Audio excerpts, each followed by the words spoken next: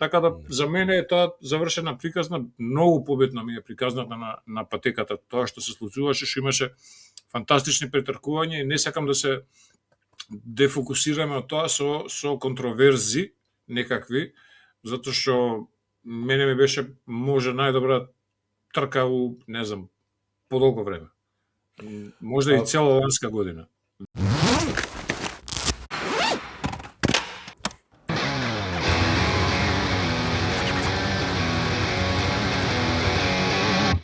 Спектакуларен почеток на 2026 година во MotoGP. Ние спектакуларно исто така се враќаме назад на малите екрани и во уште помалите слушалки. На големата сцена.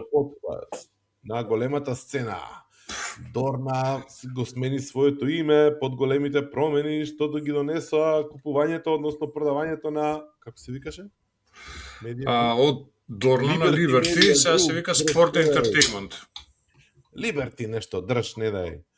И ете, започна сезоната со страшно добар викенд. Ниџо, ај на здравје сезона. На здравје. Ти не се спреме? Не сум. Јеби. Како се вика Имам подкастот? спонзори за тоа. Добро. Ај на здравје. За мати го ова, да нема испадне дека не се спонзори одредена фирма за пиво. Не битно е, да, шо. Дали ова све наместено за Liberty да почне да штанца одма пари, ваква возбуда, непредвидливост, бандаши се кршат, пукаат гуми, контроверзни судиски одлуки. Судиски одлуки, без деки паѓа у втор круг намерно. Да. Пеко после пола година заврши трка у поени и тоа. Имаш интересни моменти, да. Од кај ќе почнеме, Ниџо? Не знам од кај да почнеме. Имаше толку многу, има ова за 5 сати, ама да го компресираме у сат, ако можеме. Да не изслуша некој до крај. Значи, добро. Знаеме веќе години наназад дека не може да донесеме никакви заклучоци на база на оваа трка во Буринам, затоа што е прилично карактеристично заради условите временски и прилично карактеристично заради условите на асфалтот, кој што екстремно многу ја троши, особено задната гума. Но сепак, знаејќи го сето ова, не очекувавме КТМ и Априлија да доминира, да имат такви резултати како што имаат. И покрај тоа што во подготвителниот период Априлија јасно им стави на сите до знаење, имаме сериозно голем напредок оваа година, пред се во аеро компартментот, јас би рекол. Да. Меѓутоа, јасно беше дека најнапорно работеле, веројатно тука италијанската жичка, противници за инат на другите италијани и слично проработела, нели? А меѓутоа тој напредок се гледаше на крајот на 2025 сезона и продолжи од 2026 и добрите, нели, сесии во петок и во сабота за Безеки прилично јасно покажа дека Априлијата ќе доминира. Дали ќе доминира толку многу колку што во неделата доминираше, ја мислам дека не се надеваше никој и не очекуваше никој. Уште на тренингот у Малезија покажа некои интересни времења и сега надеж последно умира. Уште од тогаш почнавме да се надеваме, ја барем почнав да се надевам дека нешто ќе се надоврзат на фантастичниот крај од прошлата сезона, ама нели тука се тие недостаток на информации, пошто Маркес не возеше последните 4-5 трки заради повредата и не знаевме дали тоа е реалниот потенцијал на Априлија или е на сметка на неговото отсуство.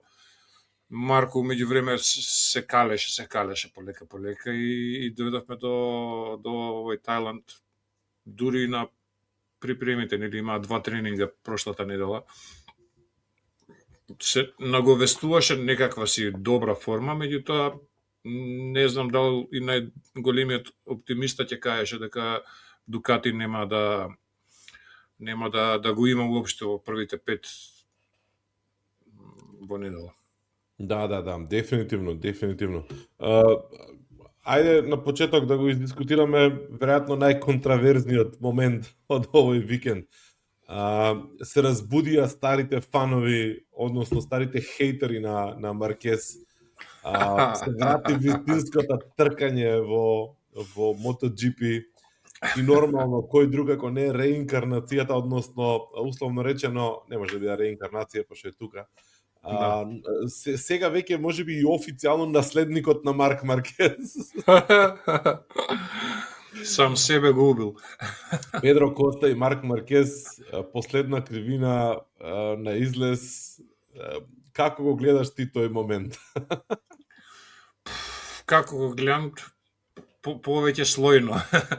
Као и све, у животот има повеќе слоја и овој момент не е само проста судиска одлука. Прво како дојдовме до дуелот, очигледно Марк, мислам дека се уште не е во топ форма, имаше и некакво системачно труење покрај тоа што пола година нема возено оваква трка и има повреда се уште која што он, као што кажува, е сосема веќе залечена, не знаеме, меѓутоа физичката сила, формата, мускулатурата, сето тоа што те прави да се осеќаш едно со моторот, не беше едно со моторот, тоа дефинитивно.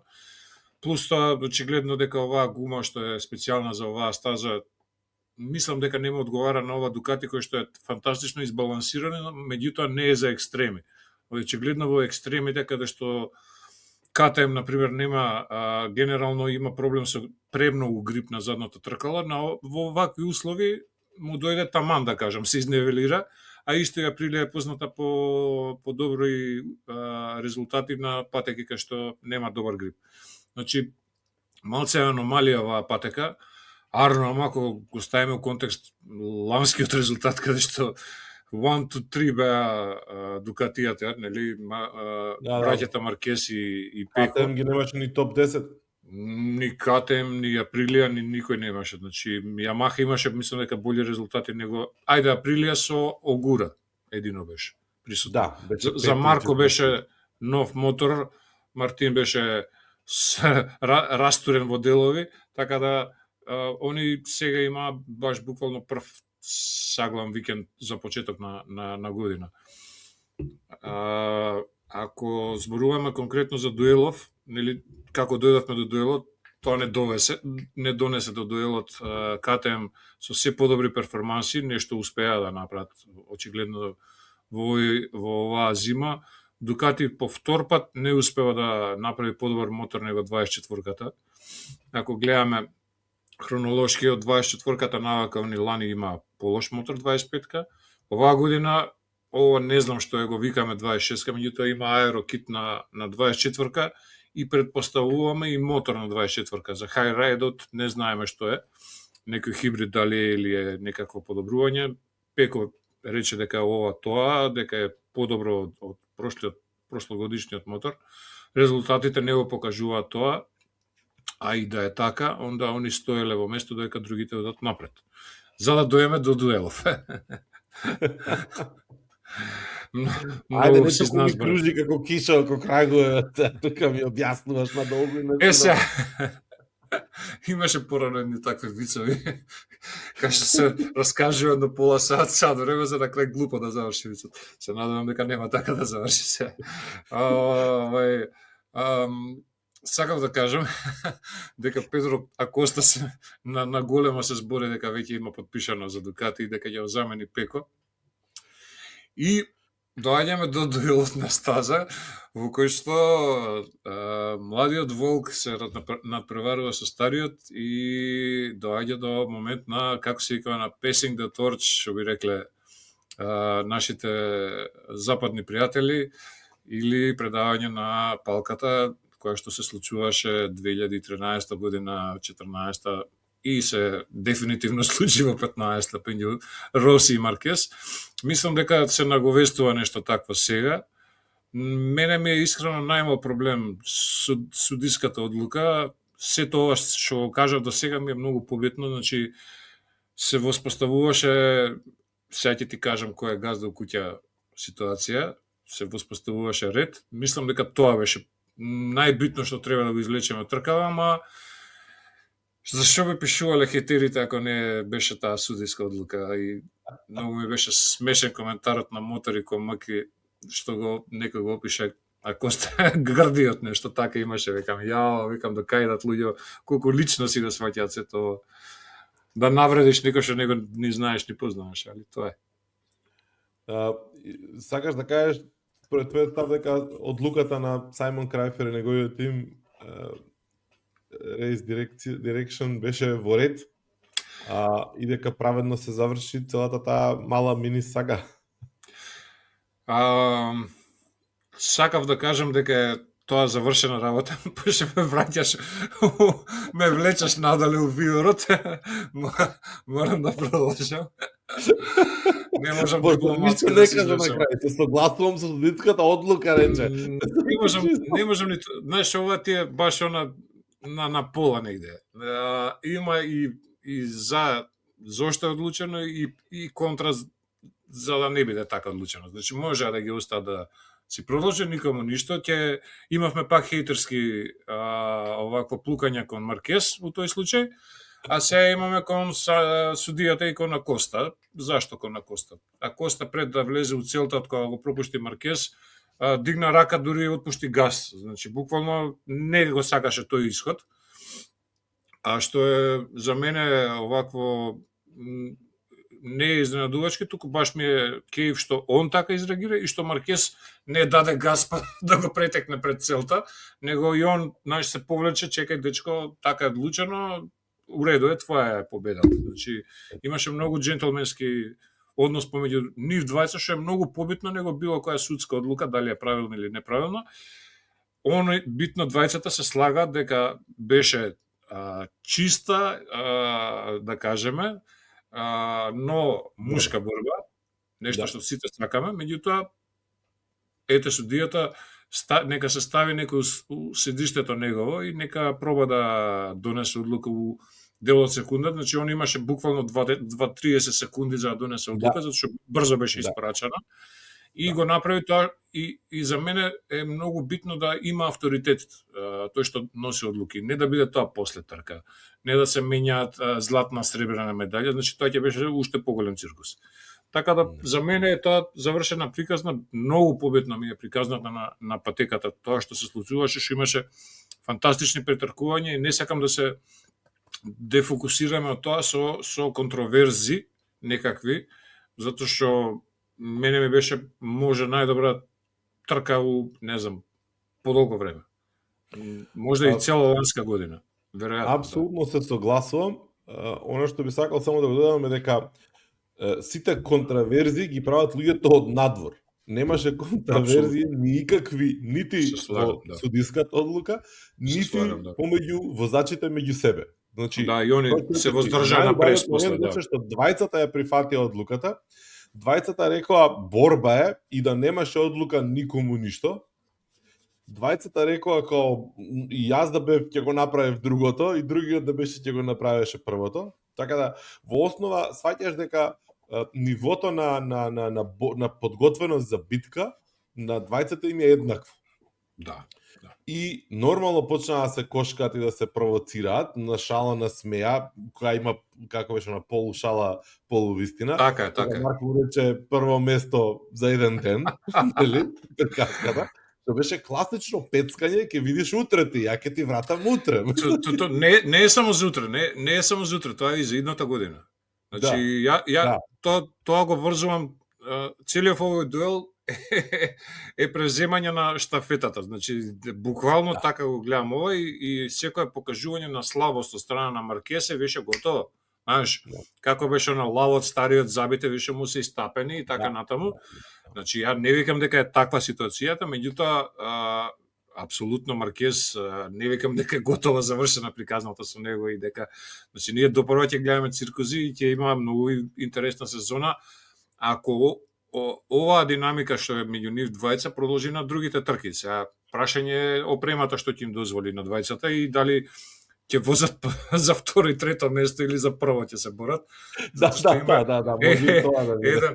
Еден црн мотор со еден дечко расположен, што можеби се прашува за распоредот Може на да ги стави овие подиумот. двајца и нивните битки во сенка комплетна оваа сезона. Во било кој случај, ако здраве Боже за некој кратко време се надеваме догледно време Дорна ќе го потпише договорот до телевизиски да прави и конечно ќе се објават другите договори кои што мање више сите ги знаат. Да. Ќе биде екстра забавно од аспект дека до година ќе бидат тимски колеги. Значи оваа сезона ќе биде баш Тоа е буквално циркус, Тоа е имајќи тоа. предвид дека они до година ќе работат заедно. Па замисли која убавина е тоа да влезат они закрвавени у еден тим. Тоа ќе биде преубаво, што би рекле битолчи. Мислам И дека конспиративните теории можат слободно да ја расплетат нишката дека ова се е масло на Liberty Media за подготовка за следната година и се спрема документарец за битката помеѓу Маркес и Акоста. замисли каков генија или психопат треба да бидеш за ти дова да го исценираш како што беше сега. Или едно или друго. 150 сме конструирале, нема потреба воопшто да пишуваш никакво сценарио за MotoGP, затоа што Да. одново ни докажува дека апсолутно никој жив ништо не може да предвиди и да исценира подобро од она што се случува. Значи, фактот што Безеки беше јасен дека ќе победи, што падна во втор круг, што вчера на Маркес му пукна бандажот и му се издиша гумата, значи кој жив може да го напише тоа? Кој жив може, мислам, да го предвиди тоа? Буквално дури да режираш, имаш клише моменти, никад нема ти текне бандаж да му лупне, зашто никад не се случило. Да. Ја од 94-та, од кога пратам мотоспорт навака, значи толку имам изнаслушано чаршешки муабети и конспиративни теории на заговори, не знам што, околу мотоспортот и со сите што сум го правил муабетот, секогаш сум ја вадел оваа моја теорија и истата ти што ја кажеш да се надоврзам. Значи има толку вариабили има во овој спорт, каде што машината и човекот се во една симбиоза, не е тенисот, топчето, ракетот, колку му има тука вариабили. Патиките може да му се одврзат врвките намерно или да падне, или ракетот да му биде, или топчињата. Овде имаш милиарда делови кои што може да те зезнат, така? Имаш други некои услови на патеката. Колија од визир на задно тркало да ти Апсолутно, значи освен она што го направи Бриаторе у формула со местенката во Сингапур, јас не памтам нешто да стварно да се случило она на стаза, буквално изрежирано да биде. Значи за тоа беше осуден едниот и другиот. Нелзињо или како се викаше Пике, више не е у Формула 1 од тогаш навака, а Бриатори имаше некоја си забрана која што од сега му ја скина, нема веќе, тоа е друга тема, да не забегувам натака. Сакам да кажам, тоа се глупи муавети и јас се радувам на сезона која што ја замислувавме за прошлата, дека ќе биде измеѓу Пеко и Маркес, ама ајде да се надеваме дека ќе биде, замисли па и тројна битка да биде со Марка Безеки. Не е дека нешто се мирисаат и со Безеки. Една работа што мислам дека не треба да заборавиме, да, априлијата беше добра на оваа патека, меѓутоа не очекувавме дека и Мартин ќе покаже тоа што го покаже. Мартин е опаснет, овакво опасната непозната уцелава равенка, да, опасен. Да, се очекува до година да смени бои фабрички, ама како и да е, тоа не значи дека оваа година нема да се бори. Мислам, нема да се обидува да биде конкурентен, особено ако Безеки, нели, го настави, ја продолжи низата на успеси, на добри настапи. Така да, знаеш како, од тој аспект, мислам дека многу ни е јасно дека прва трка не може ништо да ни каже за целата сезона. Дека ни е најнејасна. Премно многу долга сезоната. Ама па ни да ти дава убаво чувство дека леле хаоси ќе се дешаваат, као стилу чеке се 3 недели треба да чекаме, па чекавме цела зима, мајко му стара, дај одма трка уште. Да. Не, вакво отварање не сме имале одамна. Вакво, значи нејасно, ајде, пак ќе кажам, јас мислам дека искоментирав чудна трка. Мене ми беше стварно чудна трка. Ајде од една страна Марко Безеки да го анализираме колку можеме. Со толку добар мотор, со толку добри перформанси, да се раскупусиш у спринтот, тоа е веќе психологија ефектот на Марк Маркес го стигна. Немаше апсолутно потреба да форсира толку. Трет пад во саботата, значи тоа беше трето паѓање. Трето, и мислам дека дури и во иста кривина беше, ако не се лажам или не знам, ајде, тука негде беше. Не. Првите две во иста кривина, а трето така во беше. друга. Да. Океј, како и да е, пак беше десна кривина, многу слично беше на претходните две паѓи. Значи, да толку незрело да, ајде да кажеме, да извозиш. Меѓутоа, од неговиот тим имало коментар, Сајмон Патерсон имаше изјава, вика зборев со некои од инженерите, никош не ги именуваат, нормално тоа се доверливи информации. Вика дури се израдува што му се случи тоа на Марко Безеки сега, затоа што ќе му даде поттик за цела сезона, едно школо да кажеме дека треба некојаш и второ место да извози, а некојаш и да почека па во продолжение, нели? Секако имаше премногу добри перформанси за да заврши позади Маркес. Не зборам дека не... Ги читав неговите изјави после, рече дека првим помислил дека сгадил на бела линија, па после тоа ги прегледал снимките и рекол не допрев бела линија. Пребрзо влегов и пребрзо сакав да ја совладам кривината. Моја грешка беше класична, као вика мала грешка, ама голема цена да се доплаќа. Мене ми се допадна моментот на главната трка кога Марк на крај почна да ги стига двајцата пред него. Значи да, окей, можеби немаше да го стигне Безеки. Меѓутоа, веројатно да не се случеше тоа што се случи, ќе излезеше на трето место и ќе завршеше трката пред едната априлија. И во такво сценарио ќе беше доста реално во смисол на тоа уште повеќе ветувачки, затоа што ќе имаше три различни производители на подиум во главна трка на првата трка, каде што јасно беше дека Априлија има доминантен мотор. Меѓутоа, тоа ќе покажеше факт дека Коста го надвозува КТМ-от, иако е подобрен оваа година. Кажа Коста што каде како е подобрено, изгубиле максимална брзина, меѓутоа грипот и заштедата на задната на трошење на задната гума екстремно многу ја подобриле, со тоа што повторно, ако на оваа трка тој КТМ чува задна гума, тогаш логички може да претпоставиме дека на другите трки уште повеќе ќе ја чува. Колку ќе изгуби перформанси на база на тоа ќе видиме. Затоа што на правец беше 4-5 км поспор КТМ-от, споредба со Дукати и Априлија, кој што лани беше најбрзиот мотор на неколку години уназад. Има рекорд се уште Биндер мислам дека држи на Муџело. Така да, од тој аспект ти пак гледаш дека ни еден друг КТМ немаше ни блиску. Значи Биндер беше негде позади 8, 9, 10, не знам нешто. Вињалес беше блиску, ама за круг да го претекнат. Вињалес и Бастианини па да не правиме муабет, џабе правиме муабет. Катастрофа, да. Такво сценарио ти сваќаш дека Коста го надвозува или го вози моторот различно од не до моторот, него е до Коста. Моторот е доволно добар за да он може да извади нешто од него повеќе. Маркес е со повреден рамо. Значи, Маркес апла се гледаше во тие десни кривини дека е поспор, дека отвара простор. А Коста 2 пати, 3 пати го поминуваше таму. Говор на тело му беше таков. Да кажам клапнат, не беше она да, знаеш, он знае да блиста, да биде она со самодоверба и да се движи така и дури и самиот рече, вистинското лице за сезонава ќе се покаже кога ќе дојдеме во Европа. Да. Валенсија, кај беше? Не. Херес.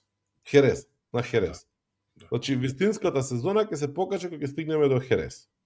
И кога го праша, дали е сега Дукати поспор од Априлија и КТМ, рече од Априлија да и од Педро. Значи, не е КТМ оприказна, него Педро направи разликата. Да. Така да, многу е свесен. Ама тоа е супер, затоа што оној страв дека Дукати ќе доминира, дека Дукати ќе биде веќе го немаме. Значи, тоа траеше прилично кратко време. Мислам, ја би рекол и позитивно. И сега имаме Априлија која што е не само што е конкурентна, него веќе некое време е сериозно и на моменти подобра од Дукатито. И клучниот фактор што 2 години го чекаме да се случи, тоа е Педро Коста, значи го чекаме да се случи. Да, како се вика она, баш да просвета, ајде, да кажеме, нели неговите изјави беа во насока на тоа, мојот фокус е да правам што е можно помалку грешки. А Коста вклучувајќи ги тренинг сесиите, односно тест сесиите предсезонски и до вчера, до последната трка, нема ниту еден пад. Што од една страна може да каже не ризикувал или него донал моторот до крај, од друга страна може да каже различно пристапува и успева да извади тоа што гледаме дека успева да извади, мислам, несомнено е тоа. Така да, ето, создрава, не знам, може би подпишал договор сега подобар, па му е гајле више, се сватил дека Фреди, дека може да игра со големите други деца. Не, па види, све во игра, има он, ако се сеќаш како влезе као рок звезда у MotoGP, со трки кои што беа маестрални, ама траја по 5-6 круга, кои што покажуваше неверојатен потенцијал, храброст, талент, све покажуваше, меѓутоа константност никако. И глупо. Да. И изгоре малце у тој, да кажем, у неговото созревање. Да се надеваме сега дека е као на скара, знаеш, мирцето која ќе оставиш па положиво и така натаму, сега дека е таман. И уште еден момент што оној подкаст што ми го пушти ти со Оксли и како се викаше, Ревзила. Ревзила. Многу убаво нешто што Оксли го знае многу добро за MotoGP, вика, не знам, Кени Робертс почна да избацува колено у кривина, Роси почна да вади нога, нели комплет привлесе у кривина за баланс бољи. Секој нешто внесе ново, меѓутоа другите успеа за брзо време да го реплицираат и да го повторат. Но никој не успеа да го направи тоа што го прави Марк со предната гума.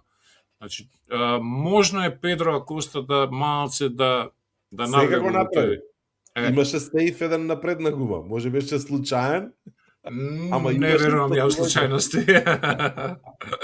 Можда сега моторот му дозволува тоа да го направи. Ето тука можам да се сложам, меѓутоа секој паметен би видел што прави најдобриот и би пробал да направи барем исто како него, ако не подобро, така да мислам дека уствари се надевам, не мислам, се надевам дека е дојдено времето за Педро Акоста, не дека ми е здосадено од Маркес, апсолутно нема врска, баш у најдоброто, ќе беше поубаво пред 2 години да созрееше, кога влезе одма Акоста да се начека, нели?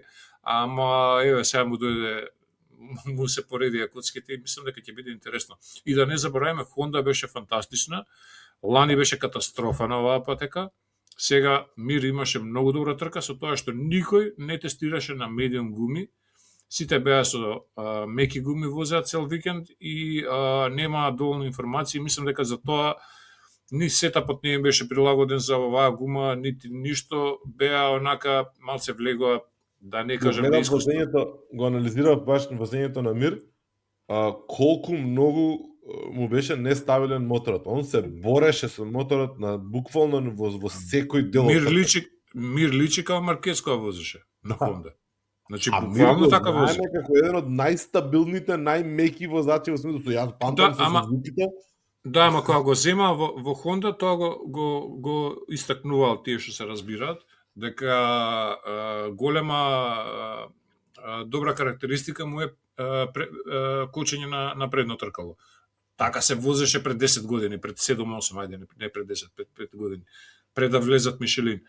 Така да, ете, тој стил, најверојатно уште Хонда го има во својата генетика, не може да се смени шо и да сменат, и можда му е тоа голем плюс, а може и минус. Ќе видиме на наредна трка, џабе сега збориме, ова е стварно и уникатна стаза, и гумите, и така натаму, ама тоа што Хонда се држеше 5-то место, мислам дека беше пред да се откаже од главна трка Мир, мене ми покажува еден огромен потенцијал у однос на лани.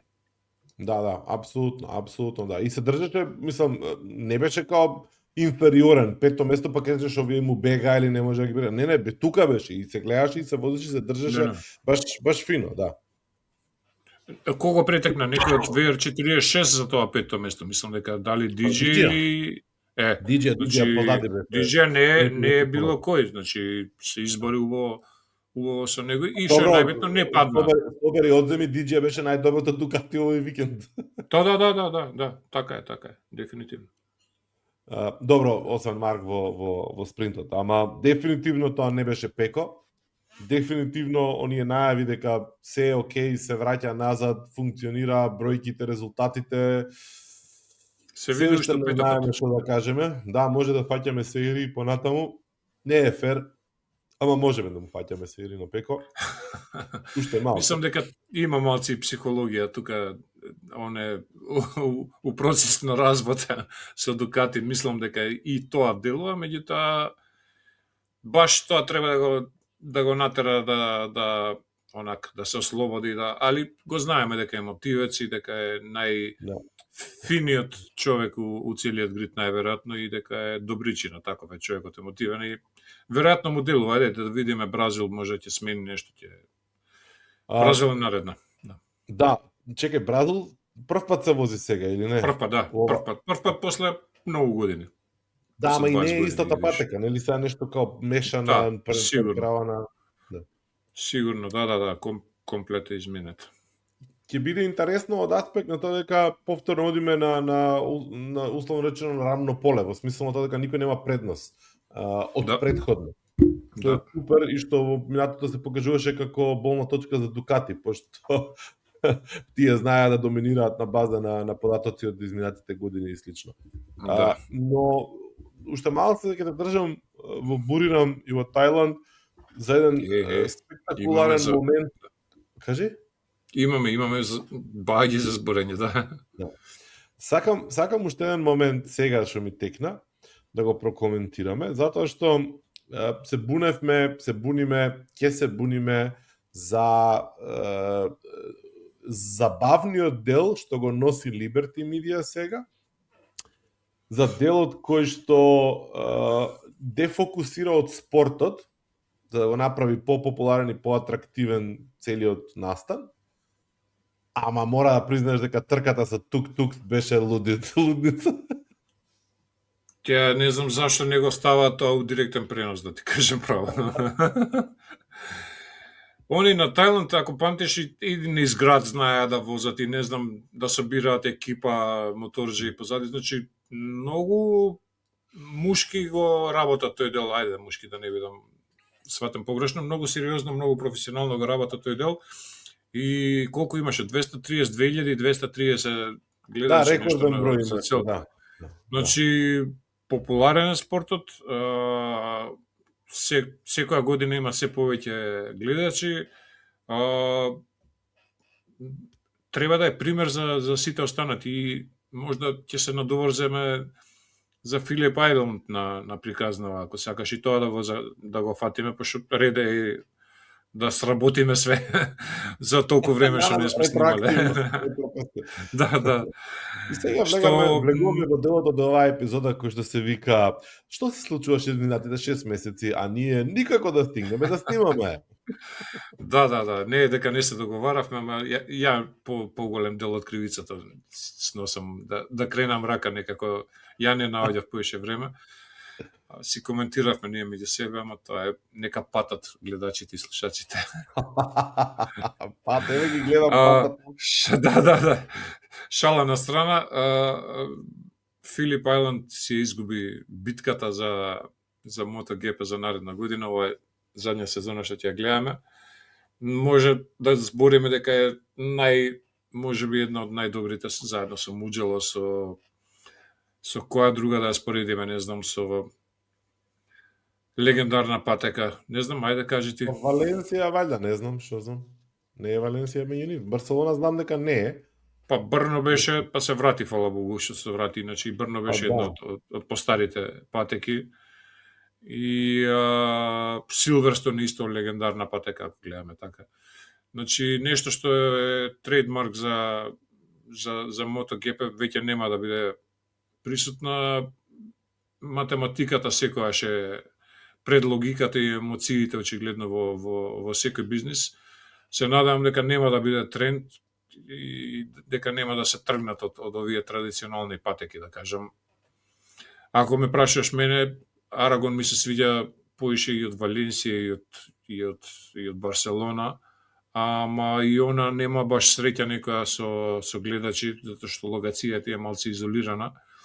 Тоа беше прво што се кажуваше и за Филип Ајланд као причина за поместување, па после имаше и некоја политичка позадина дека не знам кој гувернер таму сака да си ја донесе во Аделаид трката, па има опција и дека можеби нема да биде таа патека во Аделаида, туку ќе биде некоја си друга, затоа што само сакале да ја излечат од Филип Ајланд, значи има многу опции.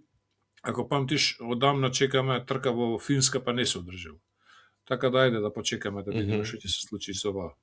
Филип Ајланд дефинитивно нема да биде, а кај ќе биде, ќе видиме. Добро, за жал оваа година го имаме Унгарија со картинг патеката, која што не објаснива, ама како и да е.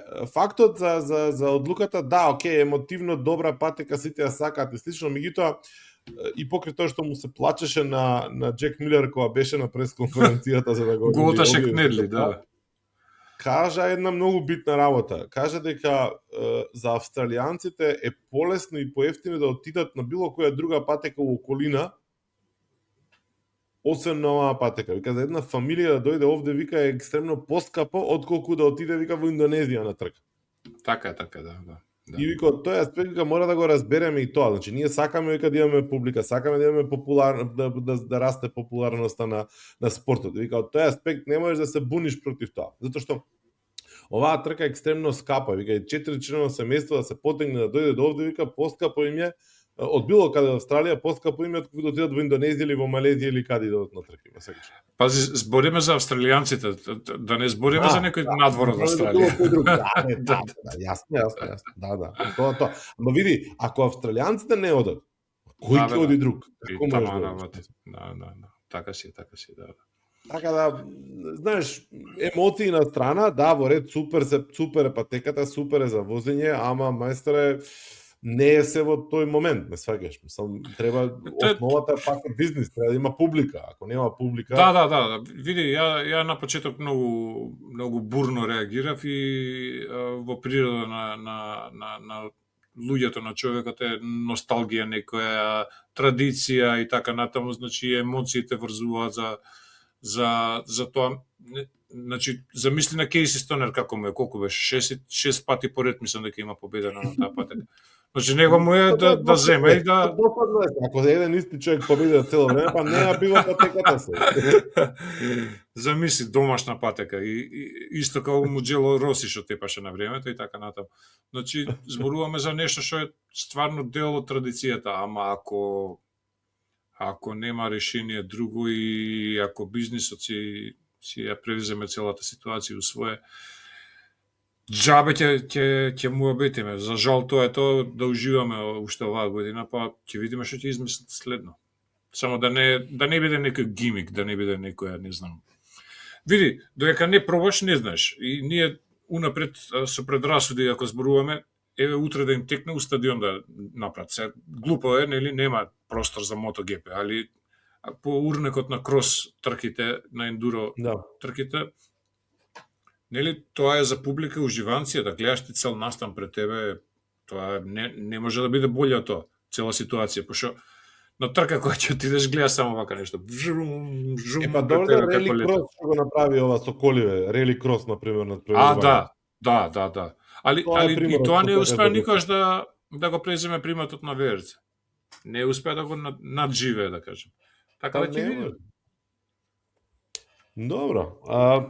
Како и да е, забравивме некого да прокоментираме, Ямаха мислам дека не вреди да се коментираат Топрак и вредиме, зашто да не? Ямаха си е во една своја епизода кој му се свиѓа добро, на кој му се свиѓа окей, ќе остане, кој не му се свиѓа ќе си оди, и добро е тоа за двете страни. Фабио што најави дека ќе се замине, не треба да никој со сила никого да држи, тоа го видовме во случајот со Маркес и Хонда, кога и самата Хонда рече, иди брате, иди, живи свој живот. Чекај се, овој твој став, само да дам контекст за оние кои што не знаат, Ниџо Ајде. вози Ямаха во моментов. Значи, само да знаете зошто толку позитивно гледа на Ямаха и тоа нивниот слободен пат. Значи, Ниџо вози плава, традиционално плава Ямаха. И не сум баш сега у ситуација толку горд. Да се Како ги оправда Ямаха, нека се заразнуваат, они си прават свое, шо прават бе мајсторе, ништо не прават. Па прават нешто што требаше пред 2 години да го прават, ама сега тоа им дојде сега јајцето на газот. Кукеската барем да изваде, ама Па имаше нели теорија, не теорија, него сугестија од страна на Мет Оксли. Нека ја фрлат у вода оваа година. Секако последни ќе бидат. Нека барам 850-ката. Не им забрануваат правилата, пази. Без right height девајси, со тоа аеро не е лимитирачки. Ти имаш максимум вредности на вредности на ширина на аерото и така натаму. И тоа е било лудове. Ако излезат они се многу е добра идејата. Минута поспрема, нема врска, ќе имаат најмногу податоци година попара ќе ги направат. Една година си пред другите, знаеш, со тоа. Сега валјда до толку далеку не сакале да идат и така да оваа година ќе им биде буквално вежбање за наредна сезона. Они што ќе прават сега? Ќе брзаат до крај на година за да ги стигнат Априлија или Дукати, тама работа. Нема логика никаква. Значи буквално е полигон за наредна сезона. Го тргна аерото во тестовите на Топрак, можеби тоа било дел од од планот. Да. Превисок за MotoGP човекот, тоа е. Да. Сега не знам, го вратиле, значи, стандардното седиште, колку што разбрав на Топрак, крилцата се исто како кај другите, дури рачките ги спуштиле, што беше исто така негов услов, со повисоки рачки да вози, повисоко поставени, така да се прилагодува на MotoGP, место да го прилагодува моторот на него, тај во спринтот имаше добар еден период кога 3-4 позиции понапред дојде. Не во спринтот, во главната трка. И постоа падна. Не, у спринтот падна, у главната трка заврши пред Джек Милер, значи он имаше топ настап. Па така. Какво му беа припремите, он имаше супер настап, значи и он беше индиспониран и од страна не изгледаше тоа се убаво. Така да, у трка беше одличен. Кај да иде он? Не може пред Фабио да заврши у прва трка, тоа ќе биде ќе го земе некоја други екипи одма, ќе потпише договор. Значи, имаше супер настап. Као за руки имаше одличен настап. Исто така, мораме и Диого Морира да го спомнеме, кој што заврши 13-ти, мислам, дека главна трка. Дефинитивно. Најбитно е што не се здроби, што не правеше глупости и така натаму, значи се извозе многу солидна трка, дечкото као испод радар, ама си заврши работата и ако продолжи така ќе си има, значи ако памтиме Чантра како завршуваше лани, ова е светлосни години разлика, нормално шампион е прашање у Мото двојки, а со чест на Чантра секако е. И он има победа во Мото двојки, не е дека некој од улица го земале спонзорирани и така натаму, меѓутоа не му беше местото во MotoGP, тоа е факт исто. Други кои да ги споменеме? VR46 Зарко не беше баш нешто премногу забележителен, Марини не беше многу забележителен, Френки ништо посебно. Имаше само интересен момент со инцидентот на почеток на спринтот, мислам дека беше со Алекс Маркес. Алекс Маркес, катастрофа беше тоа, да. Алекс Маркес глумеше дека диџеја му пресекол пат со вртка. Како можеше да го обвини диџеја, мислам, ова е стариот Маркес што го знаеме од Мото тројки и Мото двојки. Вака се понашаше исто и тројки и Мото двојки, не знам кој му е, дали има фанови уопште негови што не слушаат, меѓутоа да им кажам некои работи за Маркес. За Алекс Маркес. Од секогаш бил плачко, тоа е. И сега се докажа, сега не е. Да, сега не е, ама ете. И моментот на добар пакет под тебе кој имаш, што значи да извозиш трка, као лани, што беше цело време у првите 6-7 трки второ место и една победа во спринт. За разлика од сега, каде што немаш истата машина, ја немаш испод тебе и условите се сосема други, и треба ти да истраеш за да доеш до напред, ама видовме дека и падна во главната трка, во спринтот отиде широко, така да тотално еден викенд за заборав негов. Да. Ќе видиме дали ова е Алекс Маркес од 2024 година или е некој хибрид измеѓу 24 и 25. Да. Не знам што има друго што треба да спомнеме. Некако прелетавме брзо, ефикасно.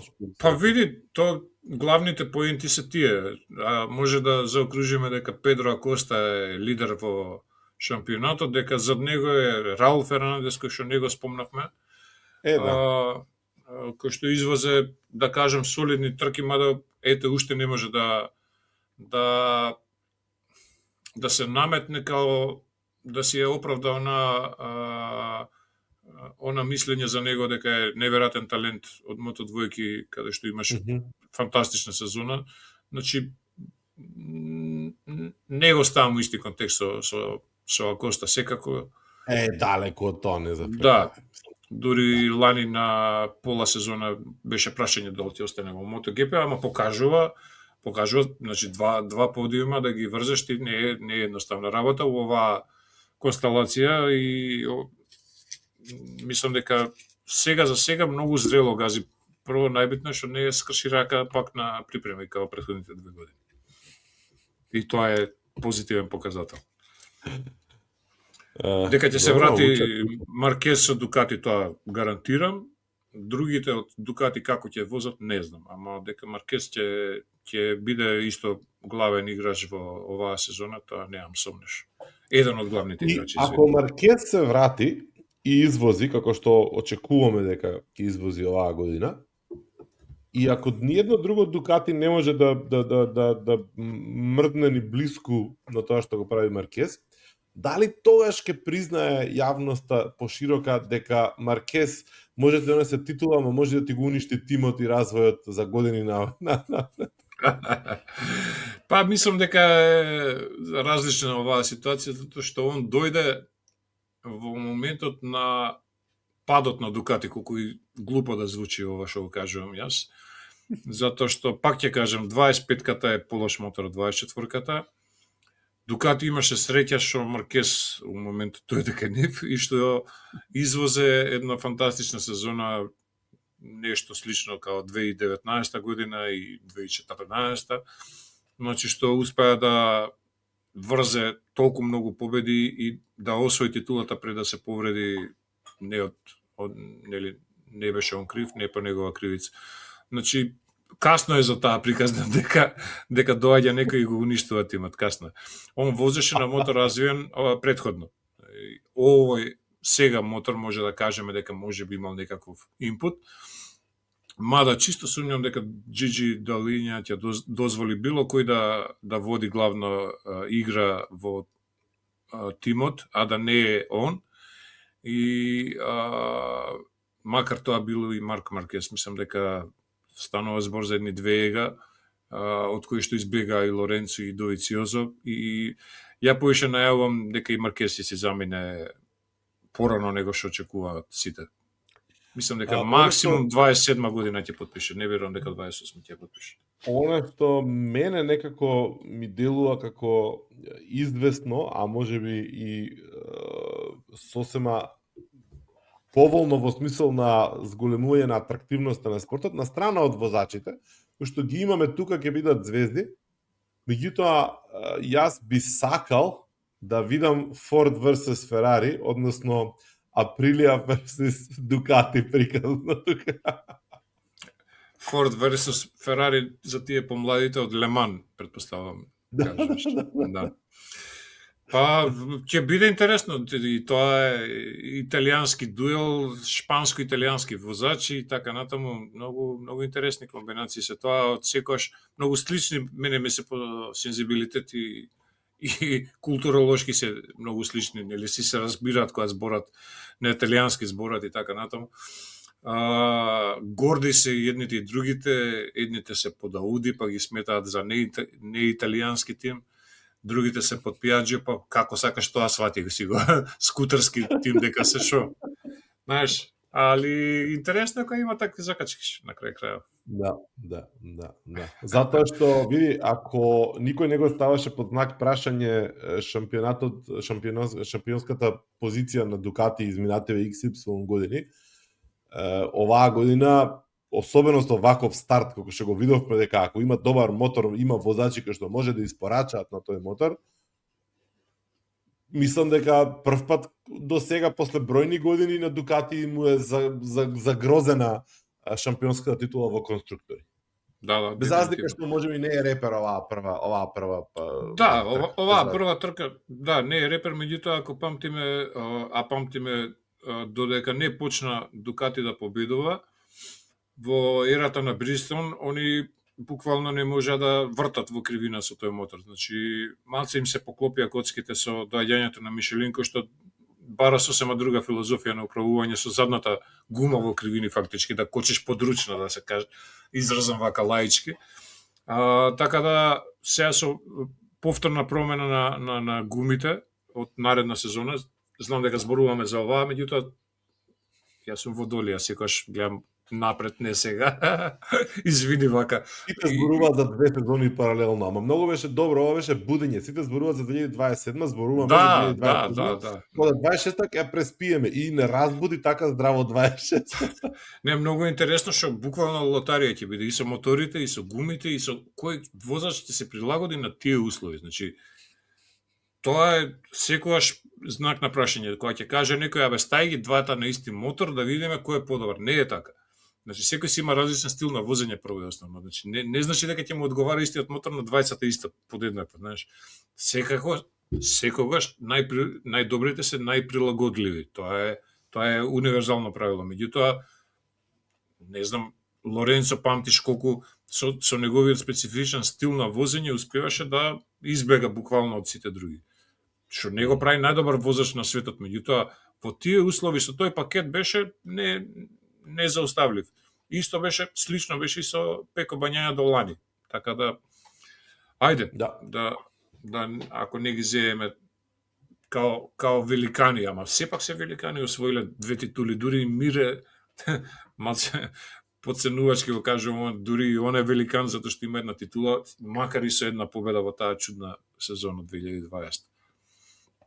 И гледаме сега колку се издвојува од останатите возачи на Хонда, сепак.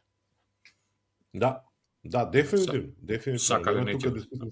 Никој не му ги спорил него квалитетите, дали се шампионски квалитети или не, тоа е дискусија. Во такви услови се случиле, да. Боже мој. Мене малце повеќе ме разочарува овие години Ринс отколку Мир. Затоа што некако ми се изгуби скроз. Значи, не знам веќе што уште он има да каже. Дали има што да каже, плюс нешто, ме свегаш. Не знам, и мене ми е мистерија. Ако памтиш, на времето Тито Рабат имаше слична судбина, многу слична повреда имаше на таа бутна коска, како и да се вика, и тотално се изгуби после тоа. Ако е тоа причина, онда нема што да коментираме, мада му се тресе на него најмногу седиштето столицата и не знам ни јас, ако оваа година не покаже, не знам, ја виде неговата објава на срцевиот пулс за време на трка? Не. Значи, од 183 до 200 и нешто пулсот му се движел за време на трка. Значи, не е дека не се труди. Да, не е дека не се труди. Човекот, значи, у просек над 180 пулс да имаш ти 40 минути, тоа не знам, бога ми, дали е здраво и кој спортист го издржува. Сакам да кажам, не е дека не се труди, ама резултатите, да, ги нема баш. Мото двојки. Шо бе, мото двојки, сега мото двојки.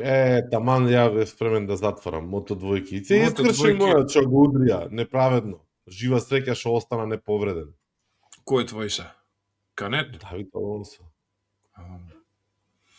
Смени нешто. Зашто бе, од Илани бе за него? Да, па добро, Канет знам дека ти Холгадо без за Давид Алонсо и Лани. Не. Арон Канет знам дека ти беше. Добро, Арон фаворит. Канет беше стара приказка, мислам, шо ништо, значи. Арон Канет.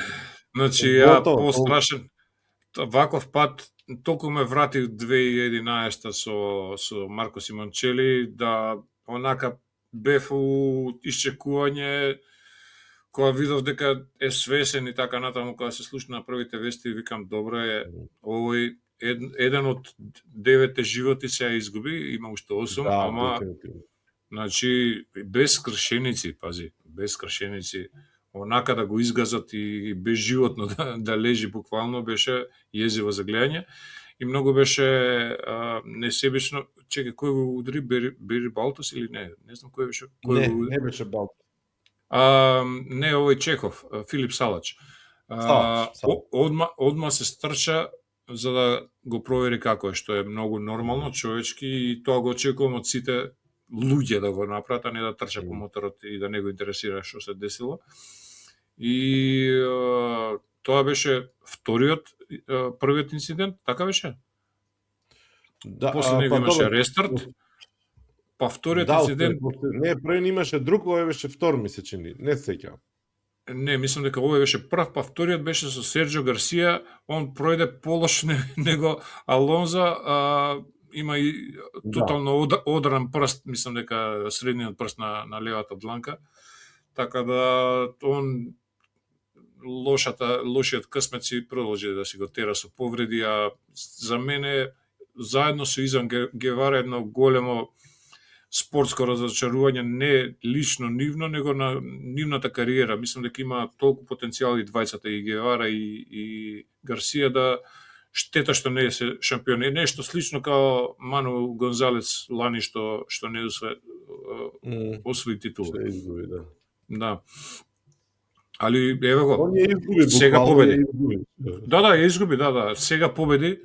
Да се надеваме дека ќе се собере оваа сезона и дека само треба да извози као лани у првиот дел од сезоната и титулата е негова.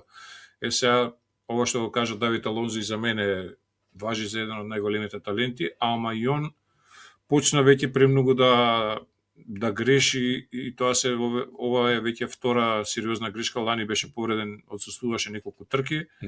Да. Значи, не можеш да тргаш од испод 10-то место ако си аспирант за титула, затоа што таму се проблемите, прво и основно, второ, тешко се стига до прво, не е мототројки ова, не е да тргнеш од бокс па да завршиш прво место.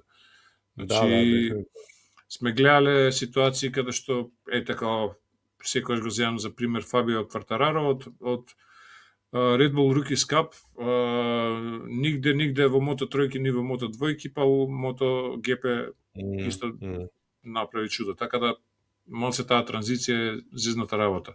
Холгадо извозе добро, трето место мислам дека беше, втор кој заврши, не се сеќавам се. Гевара. Изан Гевара, значи, да. Он добро се држеше цела трка и боле вака отколку да направи глупост како што обично знаеше да прави у жарот на борбата да изгуби.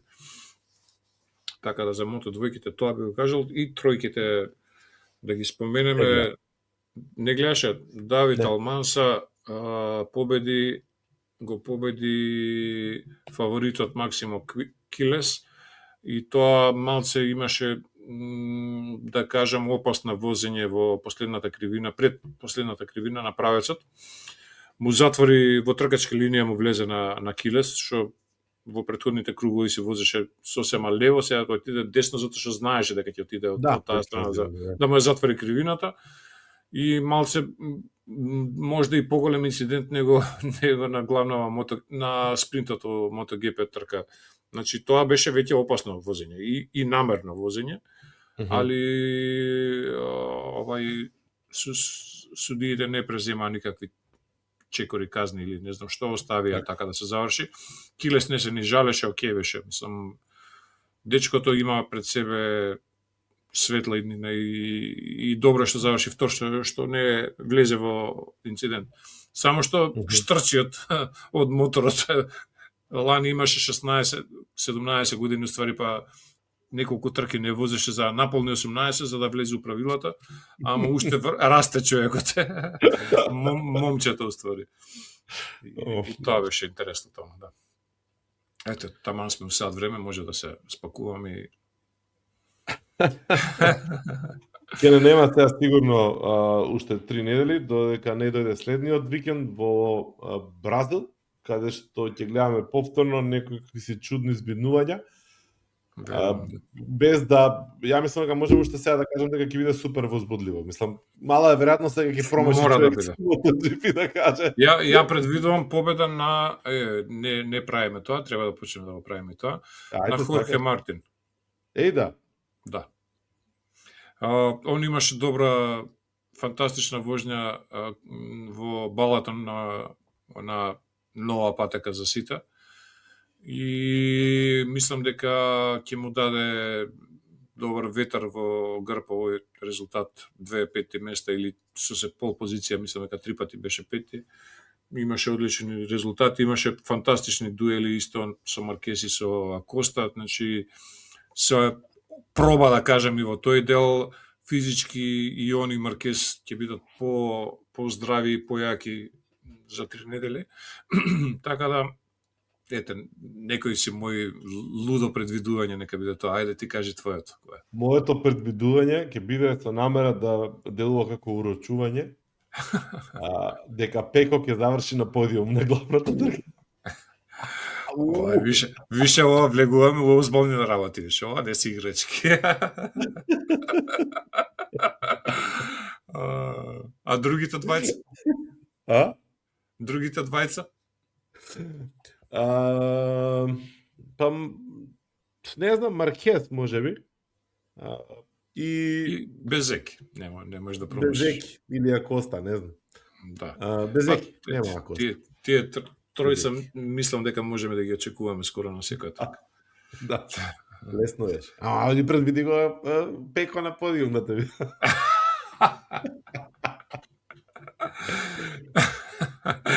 Некој што е фан на Пеко, ќе има да не предвидувањава и ќе ги објавиме ќе да види колку сме промашиле. Да. Тоа е загарантирано. Ако нешто е загарантирано, гарант сме промашиле. Тоа е дефинитивно. Мирке победи, што ти будала. Нема да збориме за Супербајк. Друга прилика. Нема да збориме за Супербајк. Не можам. Петручин на БМВ не се снаоѓа нај. Мојот страв дека Мигел Оливира ќе вози подобро од него се случи. И не ми е криво, ама не ми е сеедно, а сезоната ќе биде булега у чиста доминација. Мислам дека тешко дека нема не тешко дека некој ќе може да му конкурира. Така да на тоа се сведува. Не правиме за Супербајк. Па толку и заслужува овој нивни тркачки викенд да се каже, затоа што реално тоа се случуваше и булега покажа огромна зрелост и во различни услови временски да извози 3 први места, секоја чест на дечкото, максимум, секоја чест. Мислам, тоа го очекувавме, да не се лажеме. Да, дефинитивно. Добро, Даре, доста, ајде. На толку незборење, толку месеци, па сега одеднаш све да се каже. Па ти сакаш све да надокнеш одеднаш? Да. Не загрејани. Ајде, до следно видување. Поздрав. До следно видување, чао.